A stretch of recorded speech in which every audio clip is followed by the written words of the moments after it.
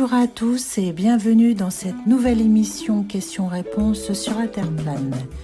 Je suis Sarah Connor de Terre plane et Révélation.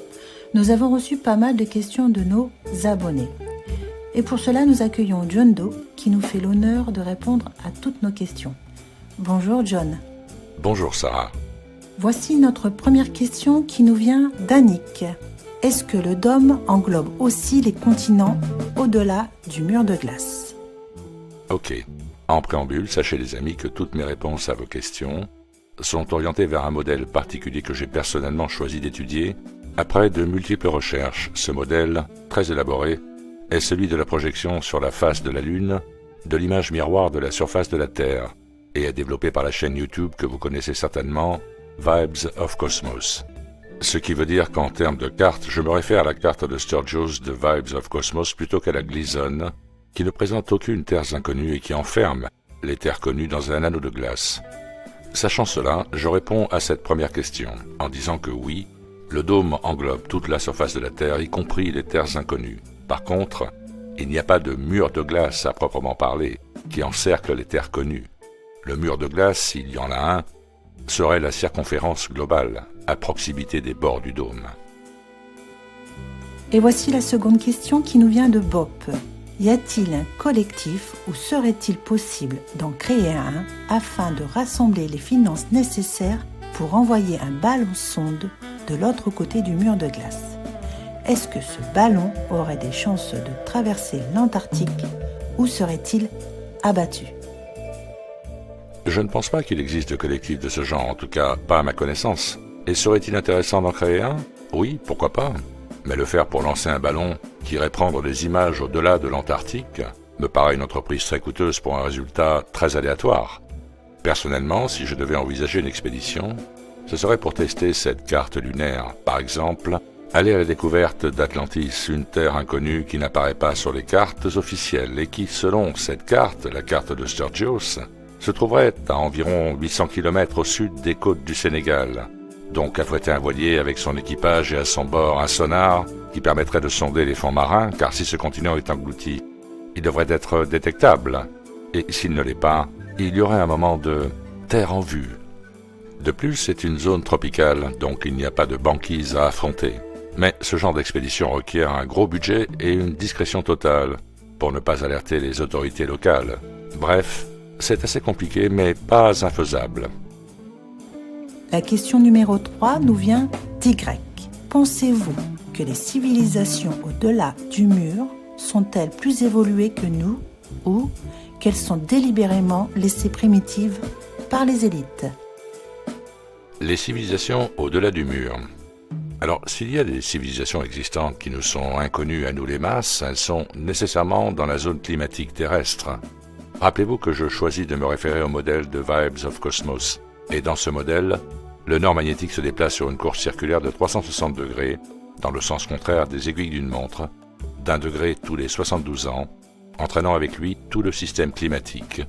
Comme vous pouvez le voir dans une récente vidéo intitulée « La course du nord magnétique », récemment postée sur le canal Terre plane et Révélation. Donc, à partir de ce constat, ces civilisations ne pourraient aujourd'hui exister que sur des terres comme Atlantis ou Lémuria, si celles-ci, bien entendu, ne sont pas immergées, d'où l'intérêt d'aller vérifier. Quant à savoir si elles seraient plus évoluées, je n'en sais absolument rien. On peut effectivement l'imaginer et le souhaiter, car quand on constate l'état de la psyché collective de notre humanité moderne, on imagine difficilement que cela puisse être pire ailleurs. Mais je ne pense pas que les soi-disant élites aient un contrôle quelconque sur celles-ci, si tant est qu'elles existent. Je penserais plutôt le contraire. Nous passons à la question numéro 4 qui vient de Manu. Le soleil est-il réellement une source de chaleur ou est-il une porte qui laisse passer la chaleur et la lumière ? Selon la théorie de Vibes of Cosmos qui résonne en moi, le Soleil ainsi que la Lune sont le résultat du processus suivant. Sur notre dôme toroïdal, à l'endroit où se produit la polarité, ou autrement dit Polaris, l'étoile du Nord, se produit une réfaction inverse de l'énergie cosmique qui vient du Soleil noir, qui se trouve sous notre Terre plane. Cette réfraction sépare l'énergie cosmique en énergie positive qui crée le Soleil et en énergie négative qui crée la Lune, à un niveau inférieur, là où les énergies réfractées se concentrent. Donc, ce n'est pas une porte pour une chaleur qui viendrait d'ailleurs. Il a sa propre énergie positive. Voici la question numéro 5 d'Agnès. Qu'en est-il de la force de Coriolis? L'effet Coriolis, du nom de son soi-disant démonstrateur, Gaspard Gustave Coriolis, n'est ni plus ni moins qu'une arnaque de bas étage, si je puis dire. On veut nous faire croire que l'eau qui s'écoule dans un lavabo à l'hémisphère nord se fera dans un sens contraire à la même expérience faite dans l'hémisphère sud. Cela n'a strictement aucun sens. Faites l'expérience vous-même. Le sens de rotation de l'écoulement de l'eau dépendra uniquement du côté duquel celle-ci sera versée dans le lavabo, ainsi que de la forme de celui-ci. Rien à voir avec un quelconque effet de rotation terrestre. Nous passons à la question numéro 6 de LA. Combien de temps pensez-vous que la mini-ère glaciaire durera? Eh bien, selon le modèle de Vibes of Cosmos, toute zone hors du système climatique est par définition gelée. Mais comme je l'ai dit plus haut, celui-ci se déplace de manière extrêmement lente. Il faut 26 000 ans, rappelez-vous, pour faire le tour du cercle, ce qui permet aux civilisations de voir venir, si je puis dire, et d'anticiper leur migration. Donc, pour moi, il n'y a ni de mini ni de maxi période glaciaire, il y a une glaciation permanente des zones hors du système climatique. Regardons quelques images de ce clip qui préfigurent de cette théorie.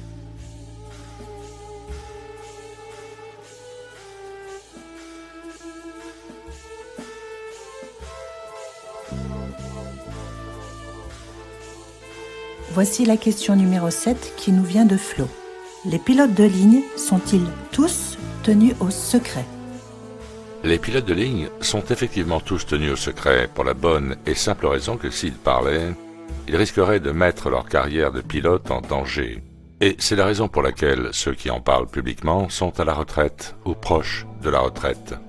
Le gyroscope qui équipe tous les avions, quels qu'ils soient, est l'élément essentiel qui leur fait rapidement comprendre la planité de la surface au-dessus de laquelle ils volent. Et je ne pense pas qu'il y ait dans leur contrat de pilote une ligne qui spécifie de ne pas parler de la Terre plane. Non, c'est juste un consentement tacite, vu les risques encourus. Nous passons à la question numéro 8 qui nous vient de Claude, qui aimerait savoir où va toutes les fumées des industries qui montent vers le dôme. Y a-t-il une sortie quelque part? Eh bien, dans la mesure où nous sommes dans un système fermé, tel un terrarium géant, tous les gaz volatiles émanant de combustible, de fumée, se retrouvent dans les couches les plus hautes de l'atmosphère. Nous voyons sur ce schéma de Vibes of Cosmos la décomposition de toute notre atmosphère en différentes couches, jusqu'à l'altitude de la Lune, située à 5500 km, avec leur propre altitude et température. C'est dans les zones appelées hétérosphère et ionosphère que se retrouvent les gaz qui ne se mélangent pas, mais se constituent en différentes couches selon leur densité, les plus hautes étant les gaz légers, les plus basses étant les gaz lourds. Ces zones ont une forte concentration d'énergie, sans aucune humidité, et sont associées à l'élément feu. Au-dessus de la Lune se trouve le champ toroïdal cosmique électromagnétique associé à l'élément éther, le fameux cinquième élément, sur lequel est projetée la voûte céleste et qui constitue le dôme. Tout est parfaitement orchestré en couches atmosphériques diverses dans notre monde fermé, et chacune a son rôle. Voici la question numéro 9 de Guy. Comment fonctionne le coulement des ruisseaux et fleuves? Bien, l'écoulement des ruisseaux, des cours d'eau et des fleuves est beaucoup plus logique sur une terre plane que sur un globe. En gros, il y a deux types de fleuves ou de cours d'eau sur Terre, sachant que tous prennent leur source en altitude. Il y a les fleuves à débit constant et les fleuves à débit inconstant ou saisonnier. Les premiers sont alimentés directement par le cycle de condensation de la nappe phréatique, dont la cavité est suffisamment importante pour stocker une pluviométrie ou une fonte des neiges et assurer ainsi un débit continu. Les deuxièmes ne fonctionnent que sur des cavités souterraines de rétention d'eau, de condensation et de pluie insuffisantes en volume pour assurer un débit constant. Ces rivières sont donc dépendantes de la pluviométrie ou de l'enneigement saisonnier pour exister. Il y aurait beaucoup plus à dire sur ce sujet, mais l'essentiel à savoir est que les montagnes de la Terre plane dégorgent en permanence le trop-plein d'eau que le cycle de condensation de leur nappe phréatique produit en fonction des chutes de neige ou de pluie. Et ce qui commence par un ruisseau peut se terminer par un fleuve dans la vallée, au débit constant et inertiel. Par contre, aucun fleuve ne remontera jamais une pente, comme on veut nous le faire croire sur un globe. Nous passons à la question numéro 10 qui nous vient de Frédéric. Qu'y a-t-il au-dessus du dôme et sur le côté? Les francs-maçons le savent-ils? Cette question revient souvent. Eh bien, les anciens, qu'ils soient hébraïques ou autres, ont souvent représenté notre univers comme fermé avec un firmament. Il y a d'ailleurs dans la Genèse une référence très claire au firmament. Je vous lis un extrait du Littré à ce sujet. Dans le langage de la Bible, celui-ci est une cloison solide qui soutient le ciel et sépare les eaux supérieures des eaux inférieures. Dieu dit aussi que le firmament se fait au milieu des eaux et qu'il sépare les eaux d'avec les eaux. Dans l'ancienne astronomie, le firmament était le 8e ciel dans lequel on supposait que les étoiles fixes étaient placées et que l'on se représentait comme étant de cristal. L'idée d'un firmament est de la plus haute antiquité. On s'imaginait que les cieux étaient très solides parce qu'on y voyait toujours les mêmes phénomènes. Donc il semblerait, si l'on en croit ce clip de Vibe of Cosmos que je vais vous montrer dans un instant, qu'au-delà du firmament ou du dôme se trouve un liquide, de l'eau tout simplement. Et je pense que les francs-maçons sont parfaitement au courant. Regardons ce clip ensemble et faites-vous votre propre opinion.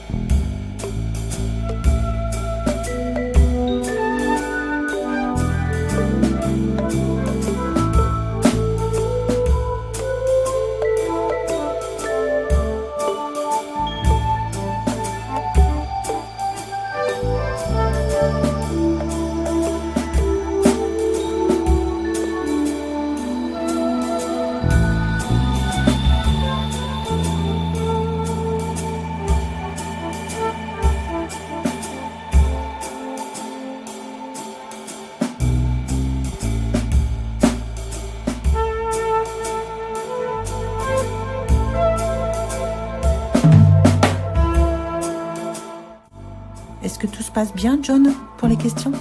Oui, tout va bien, Sarah. Voici la question numéro 11 de Geneviève et d'Emcy.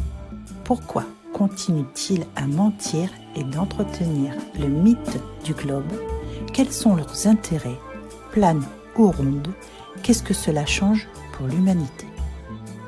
Cette question aussi revient souvent et elle ne manque pas de me surprendre à chaque fois. Car au-delà de toute considération physique et géographique sur la forme de notre Terre, et je pourrais ajouter sur nos origines, car le darwinisme est une aberration, il n'y a qu'une seule chose à considérer, le mensonge. Si vous acceptez que l'on vous mente toute votre vie, parce que si l'on vous ment sur vos origines et votre résidence terrestre, imaginez sur quoi d'autre on peut vous mentir. Et si vous vous en fichez, alors vous faites partie du problème. La théorie du Big Bang, dont est issu le globe, a un objectif principal. Vous enlevez toute divinité, toute idée d'un créateur, d'une création, d'un design intelligent. Vous n'êtes donc que le fruit du hasard, dont votre existence dépend, ici sur Terre.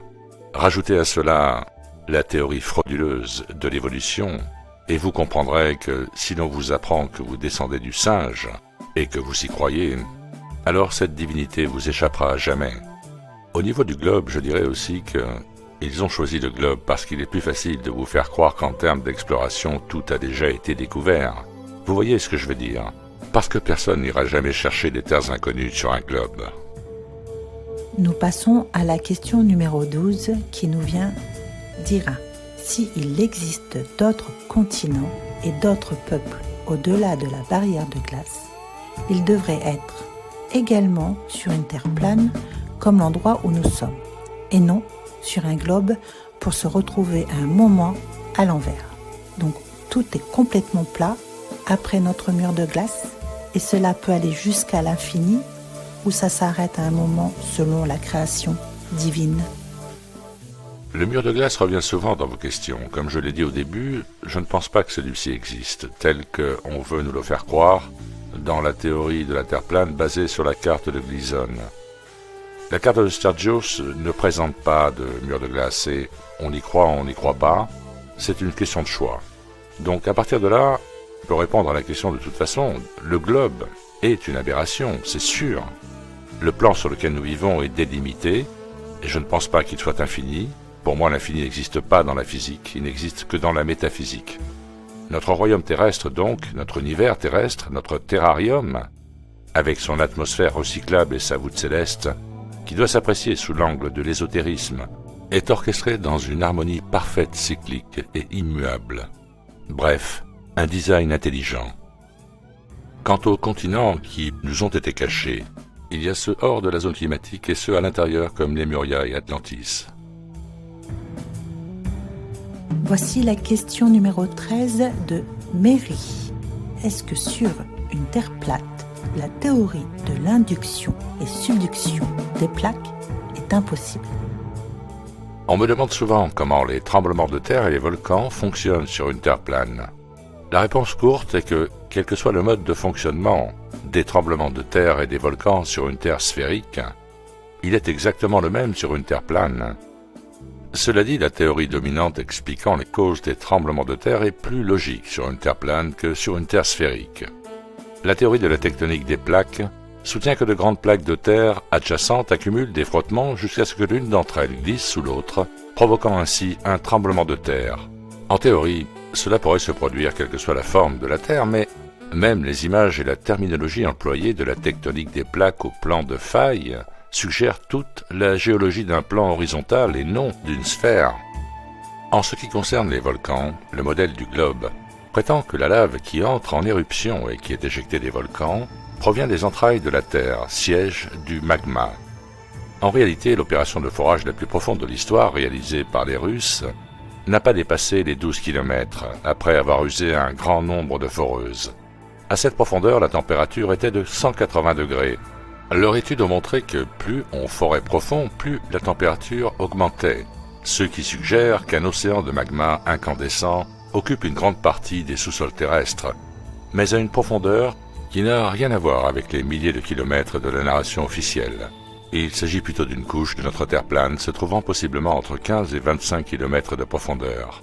Cette masse de matière et de gaz toxiques en fusion, toujours en ébullition et en mouvement lent, crée des zones de moindre résistance, qui, au bout du compte, donnent lieu à des tremblements de terre et des éruptions volcaniques.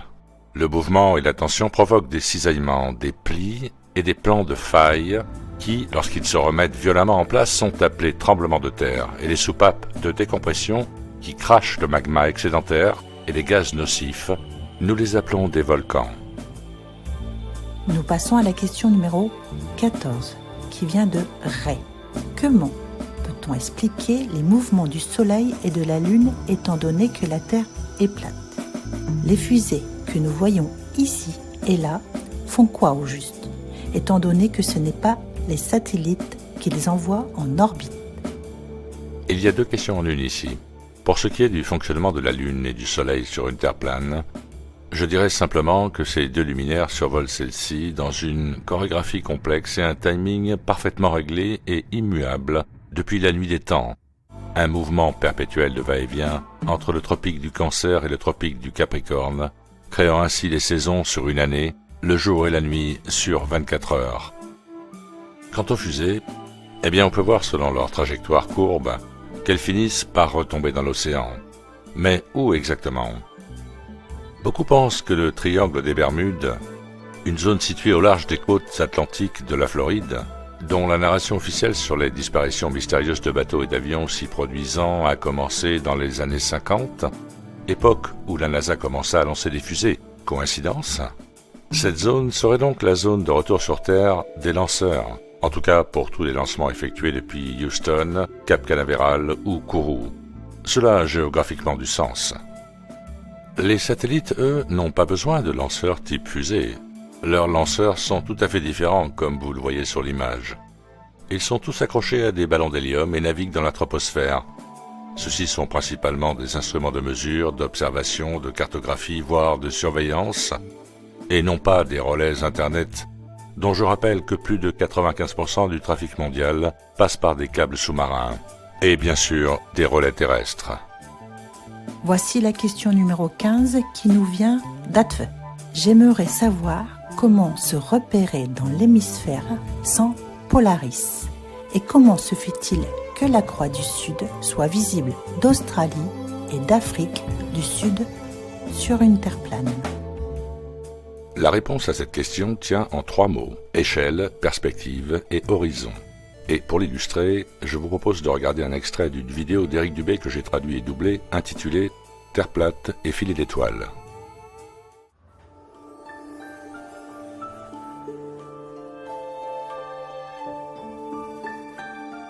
Toutes les étoiles tournent d'est en ouest autour de Polaris qui se trouve à l'aplomb du pôle Nord, tout comme dans un planétarium. L'amplitude du ciel qui nous est visible dépend de l'endroit où nous nous trouvons et de la direction de notre regard. Cependant, le planétarium de notre Terre est si vaste que la perspective ne vous permet pas de voir toutes les étoiles, quel que soit votre point de vue. Il est cependant possible de voir l'étoile polaire, la Grande Ourse et la Petite Ourse et d'autres constellations de l'hémisphère nord de n'importe quel endroit de la Terre jusqu'au tropique du Capricorne.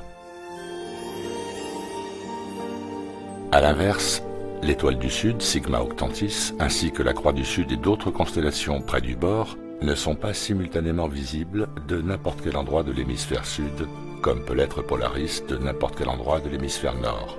Et les constellations du Sud ne tournent pas d'ouest en est, comme l'astronomie moderne nous le dit. Quelle que soit votre position, globalement, toutes les étoiles se lèvent à l'est et se couchent à l'ouest, avec un angle ou une inclinaison différente dépendant de votre propre positionnement et angle de vue.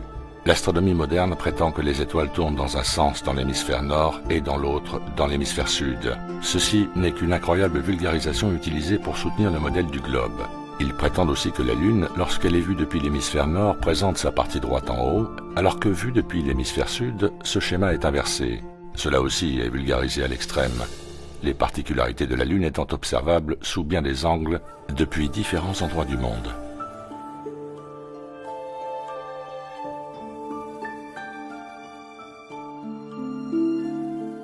Plus vous allez vers le sud à partir du pôle Nord, plus l'étoile polaire et les étoiles environnantes déclineront dans le ciel sous l'effet de la perspective. Donc, si vous êtes au pôle Nord, Polaris sera à un angle de 90 degrés juste au-dessus de votre tête, alors que sous des latitudes plus méridionales, comme sur l'image, Polaris sera à plus ou moins 45 degrés. L'étoile du Nord est fixe et toutes les autres étoiles tournent autour d'elle. Celles qui lui sont le plus proches tournent très lentement et plus vous vous éloignez du centre, plus la rotation s'accélère progressivement. Quelques fondamentaux avant de commencer. Voici comment notre champ de vision fonctionne. Tout ce qui se trouve dans la partie sombre est derrière l'horizon. De par son éloignement et sa hauteur, le ciel est beaucoup plus visible que la Terre. Exemple de quelqu'un situé au pôle Nord, dont le champ de vision comprend un gros morceau de ciel et un petit morceau de terre. Les étoiles tournent autour du dôme. Voilà à quoi cela ressemble depuis le sol. Le cercle 1 correspond à un filet d'étoiles proche du centre. Le cercle 2 et en partie le cercle 3 nous montrent des cercles s'agrandir jusqu'à devenir des lignes droites si le champ de vision se rétrécit. Plus les étoiles sont proches de l'horizon, plus ces lignes se prononcent. Mais comment peut-on voir ça? À gauche des cercles, plus à droite des lignes et encore plus à droite d'autres cercles. La réponse est en 3 mots, échelle, perspective et horizon. L'échelle. La Terre est immense, mais le ciel l'est encore plus. Notre vision en comprend une grande partie. Exemple de votre vue du ciel si vous étiez au pôle Nord, la partie blanche représentant le ciel. La perspective. L'amplitude de la surface du ciel que nous voyons dépend de notre localisation et de notre angle de vision. L'horizon. Dans cet exemple, notre point de vue se situe à l'équateur. Plus nous sommes proches de l'extrémité, plus notre ligne d'horizon baisse de chaque côté. La partie blanche représente la partie visible d'une filée d'étoiles depuis notre point de vue, l'équateur.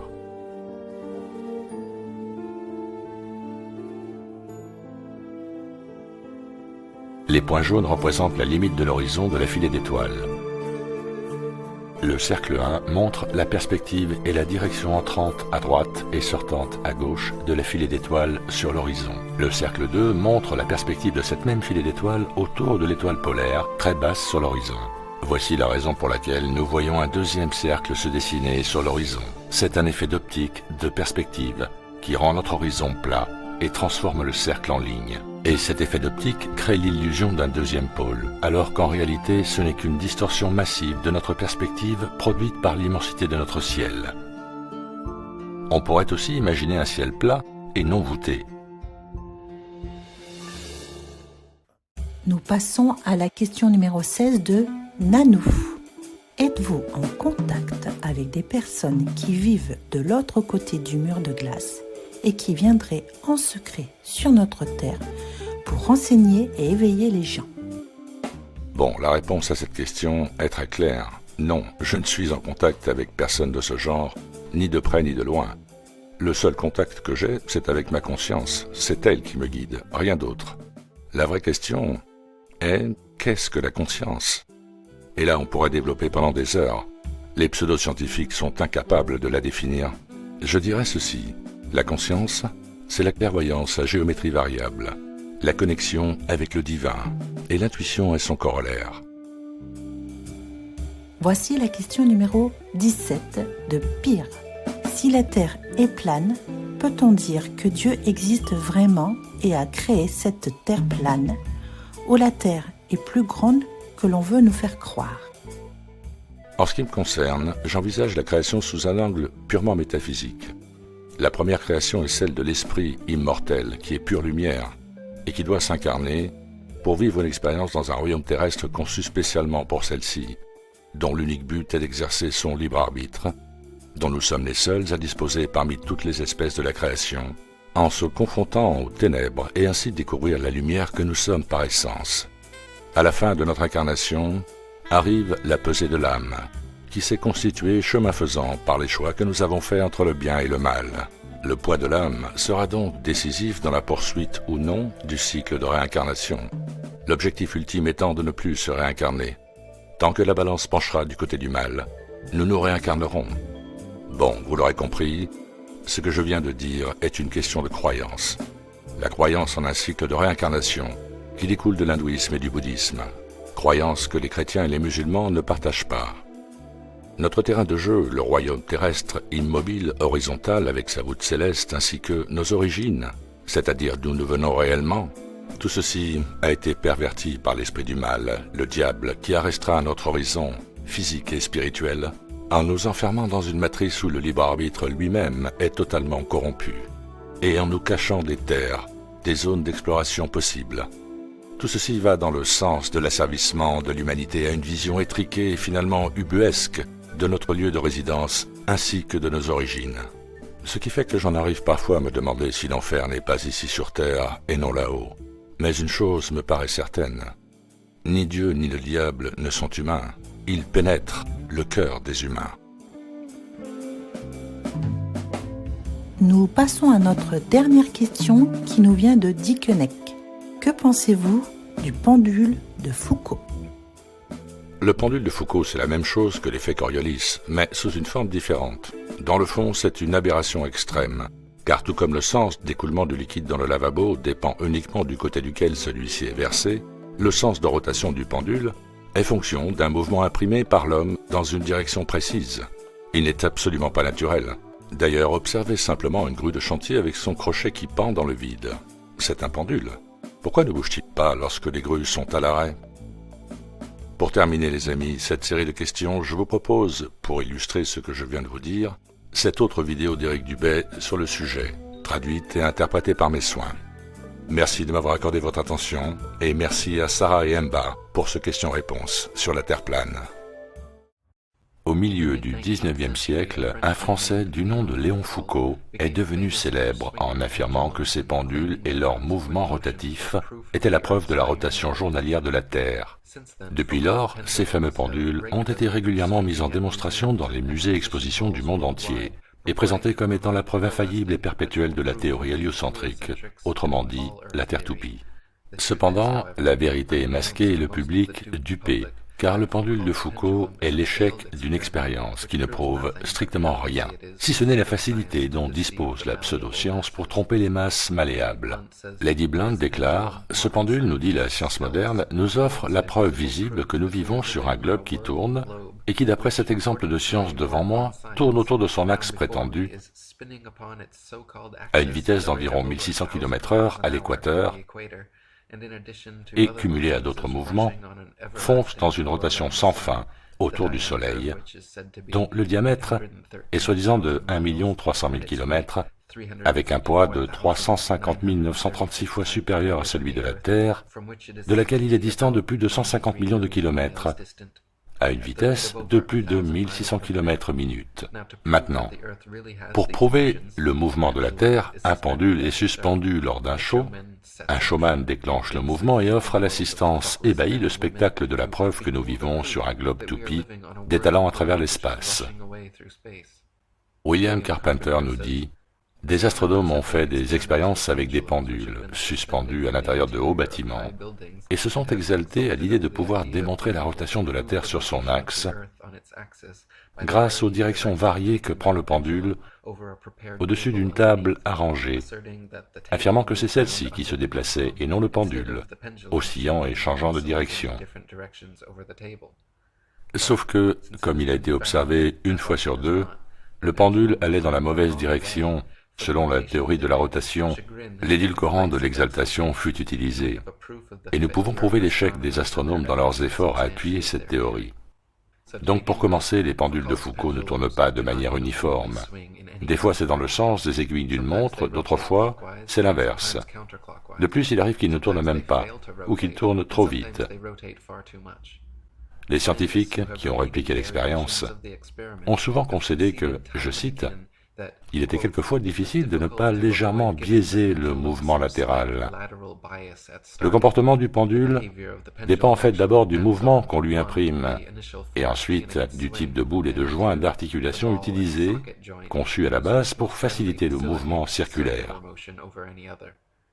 La supposée rotation de la Terre n'a strictement rien à voir, de près ou de loin, avec le mouvement du pendule. Si la prétendue rotation de la Terre devait affecter les pendules, alors on ne devrait pas avoir besoin de le lancer manuellement. Si la rotation quotidienne de la Terre est la raison du mouvement uniforme et circulaire du pendule, alors il ne devrait y avoir aucun pendule fixe à aucun endroit sur Terre. Samuel Robotham dit « Tout d'abord, quand un pendule est construit selon les plans de Foucault et qu'il est mis en action, son amplitude de vibration peut de temps en temps varier. Quand cela se produit, ce n'est pas uniforme. Ce n'est pas identique d'un endroit à l'autre. Ce ne sont pas les mêmes différences de vitesse ou de direction. Cela ne peut par conséquent pas être pris pour preuve, car ce qui n'est pas constant ne peut être utilisé comme argument, et donc ne prouve rien. Ensuite, si l'amplitude de vibration change, quelle est la relation entre ce changement et le mouvement supposé de la Terre ? Par quel principe de raisonnement le chercheur va-t-il conclure que c'est la Terre qui se déplace sous le pendule, et non le pendule qui se déplace au-dessus de la Terre? Quelle logique ou nécessité renforce cette conclusion plutôt que l'autre? Enfin, pourquoi le mécanisme singulier de suspension du pendule n'est-il pas pris en considération dans l'explication des variations de son oscillation? Ne savaient-ils pas? L'ont-ils négligé? Comment, à l'apogée de la rivalité théorique, ont-ils pu ignorer que le joint d'articulation est, plus que tout le reste, ce qui facilite le plus le mouvement circulaire? Lady Blunt déclare encore « Nous pensons, avec toute la déférence due au pendule et son propriétaire, que celui-ci ne prouve rien d'autre que la ruse de son inventeur, et ne pouvons considérer ce show et son présentateur que comme une fraude.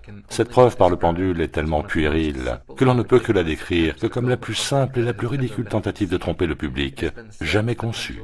Il a été dit que l'expérience du pendule prouvait la rotation de la Terre. C'est tout à fait impossible, car un pendule tourne dans une direction et de temps en temps, un autre tournera dans une direction opposée. Maintenant, nous demandons, la Terre tourne-t-elle de différentes manières d'un endroit à l'autre au même moment? Nous aimerions savoir. Peut-être les chercheurs pourraient-ils gentiment nous éclairer sur ce point. Si la Terre était soumise à tous ces mouvements, il y aurait des effets sensibles. Mais nous ne ressentons, ni n'entendons, ni ne voyons rien de ceci. Et le fait que les gens puissent rester là à regarder le pendule vibrer et penser qu'ils sont témoins d'une preuve de la rotation de la Terre dépasse l'entendement.